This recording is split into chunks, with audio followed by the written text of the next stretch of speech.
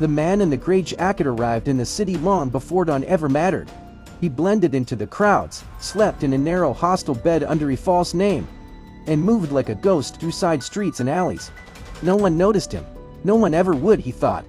For weeks he had studied his target, a powerful figure in the healthcare world, a man whose decisions rippled across millions of lives. The gray-jacketed man convinced himself that ending this one life would force the world to listen. In the dim light of the hostel, he wrote page after page of his justification, sharp, angry words scrawled in a notebook that only he understood.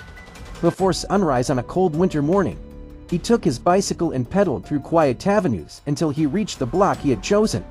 The streetlight flickered softly, casting long shadows between parts. He slipped into one of those shadows and waited, breathing slowly, gloved fingers resting on the grip of a silenced pistol.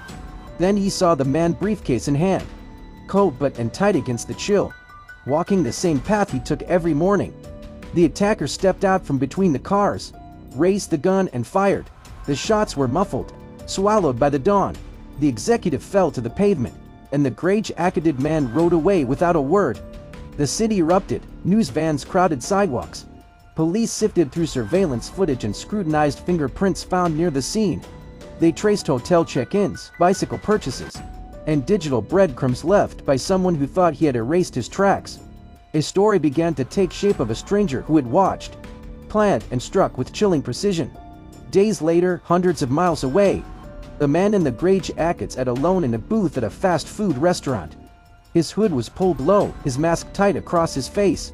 He kept glancing at the doors, at the cameras, at anyone who lingered too long. Employees whispered behind the counter, uneasy. A manager picked up the phone. When police arrived, the man offered a false name. Then another, his voice shook.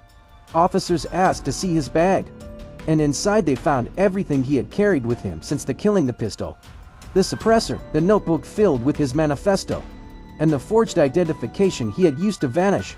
He did not run. He did not fight. He simply let them take him.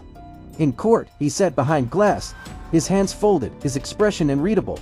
Lawyers argued over the evidence, what should be allowed, what should be thrown out, what had been gathered legally or not.